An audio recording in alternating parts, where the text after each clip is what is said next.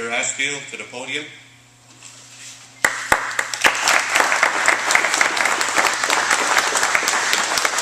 Thank you, Daryl, and good afternoon, everyone, especially to my colleague Gerald Ketty, who I've had the pleasure of working with for some time now. He usually works me over pretty good to make sure that things happen in this area of Nova Scotia. It's also a pleasure to meet Sonia and the rest of the Duca family. Just briefly before coming in, so it's really good to have you here today. It is a pleasure to be here at APCO Industries Limited to get a first-hand look at one of the vessels being constructed for the Canadian Coast Guard. Now, I was here probably about a year ago, and I tell you, it's come a long way in a year. It's just a beautiful craft. The town of Lunenburg, of course, has a proud history of boat building and is known the world over for the fine ships that have been constructed here over the centuries, including the original Blue Nose and the Blue Nose II. The ship that we are touring today continues that fine tradition of excellence. It is a 48-foot specialty vessel to be used for conservation and protection patrols, and I'm proud and honored to tell you that we are naming it after a true Canadian hero, Stanley Duca. That is in keeping with the Government of Canada's commitment to honoring the sacrifice and service of our country's veterans. Stan was both a decorated war veteran and distinguished federal fishery officer.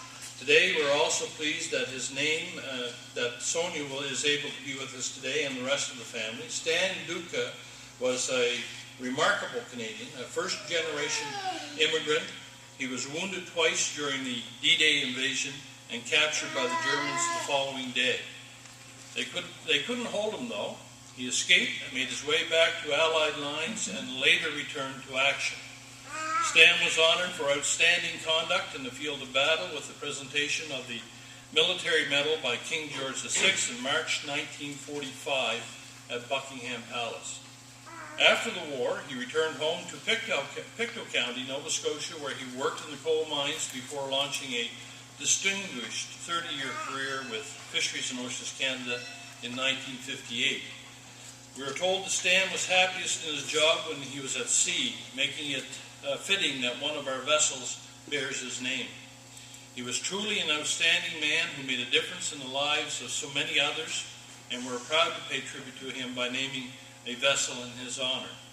Stan retired from the department in 1988 and passed away in Halifax 20 years later. It's with great humility that we name this vessel for a man who dedicated his life to serving his country. The CCGS S. Duca will be based in Alberton, Prince Edward Island. It will help my department's fishery officers carry out patrols and protect fish stocks now and future generations. The boat bearing Stan Duca's name is another example of our government's continuing effort to modernize the Coast Guard fleet and to ensure its personnel have the right tools and training. The Government of Canada is committed to fleet renewal for the Coast Guard, and we are proud to be investing in its future. I truly appreciate this institution's vital work in keeping our waterways safe and secure day in and day out. And I'm delighted that the contributions of the men and women who have chosen a career in the Coast Guard are being recognized in this, the organization's Golden Jubilee year.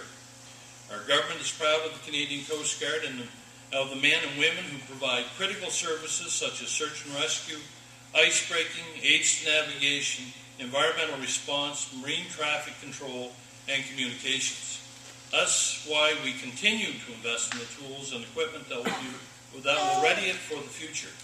Our investment will ensure that the Coast Guard and its iconic red and white vessels are a true vision of service, safety, security, and sovereignty, and that tradition lives on with pride. Thank you very much. Merci beaucoup. It's a real pleasure to be here this afternoon, and a real delight that the Duca family can be here with us for this very, very special day. Thank you.